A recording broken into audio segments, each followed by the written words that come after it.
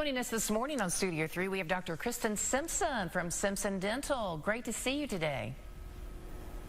Thank you. Good to see you as well. Yeah, so let's talk about dental hygienists and what they do to kind of help us out and have great looking teeth. Okay, yeah, your dental hygienist is someone you kind of form a relationship with because you see them at least twice a year. You should be anyways. So here are some of the common things that we hear that patients ask dental hygienists or that dental hygienists would want their patients to know about. So the first thing that we hear from patients is they think, oh, it's just a cleaning. I can miss that appointment or move that appointment.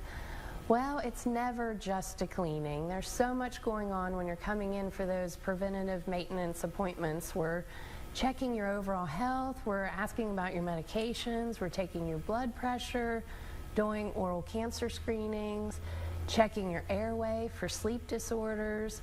So, I mean, there's a lot of things that we can catch with your overall health when you're coming in for those regular preventive maintenance appointments. Yeah, they do a lot, even teaching the correct way to floss our teeth.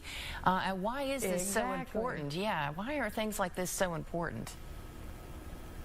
Well, so your oral health is related to your overall health. So you do want to keep those gums healthy because many of the same bacteria that causes heart disease can cause gum disease. So there's a link there between those two. So, you know, a lot of times that reminding you how to brush and floss is very important to do. And that's something that patients sometimes get annoyed with, you know, when we go over that with them. But a lot of times it's important because there might be newer ways to do things, newer products to use to help with this type of home care. And the home care is very important to maintaining your oral health. Right. Okay, how do we know we're choosing the right dentist, or maybe we haven't gotten into seeing one on a regular basis? Any tips there? Well, so with choosing a dentist, you know, it's a very personal relationship with your dentist. You know, you have to pick if you want a male or a female. You have to pick, you know, what type of technology you want from that office. So a lot of times we'll hear patients say, oh, I just want someone that's in network.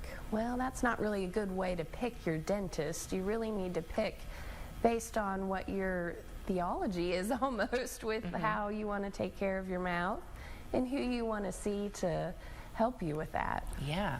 Why would the dentist's office ask about our medical history?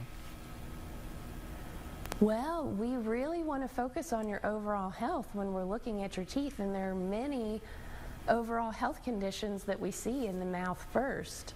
So, you know, we're doing those oral cancer screenings. If there's anything we see with your gums, it could be caused from certain medications that you're taking.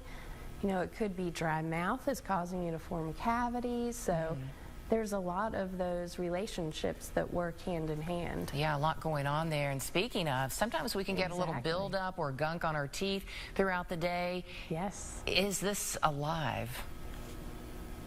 It is. So that gunk on your teeth is alive. It's called a biofilm, and it's made up of living bacteria that are formed in that plaque. So they're eating the leftover tooth particles that are on your teeth, and they continue to grow. So until you're removing that biofilm, they're staying there and growing and causing either the cavities or the gum disease. Another incentive to keep our teeth clean. What about dental x-rays? How necessary are these? Because we often hear, oh, it's time for your x-ray. Right, yes, some people get worried because they think, oh, I don't want all that radiation. Well, it's a very low amount of radiation because we have digital films now, so it's about the same as being in the sun for an hour, the type of radiation you're getting from these films. And they are so necessary for us to see if there's any decay in between the teeth, to check the bone height, to see if there's infection around the tooth. So there's really a whole lot of information that we're getting from those x-rays. Okay.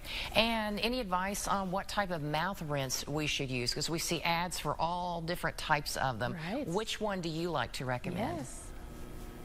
So with mouth rinses, it's mostly they're just kind of to freshen your breath. The mechanical action of brushing and flossing is what's getting rid of that plaque along the gum lines. So when it comes to mouth rinses, as long as there's a type that doesn't have alcohol in it, because that would dry your mouth out, really any of them are fine, but make sure you're still brushing and flossing along with using the mouth rinse. Wow, a lot of great tips today, Dr. Simpson. Thanks for sharing them with us on Studio 3. Thanks for having me.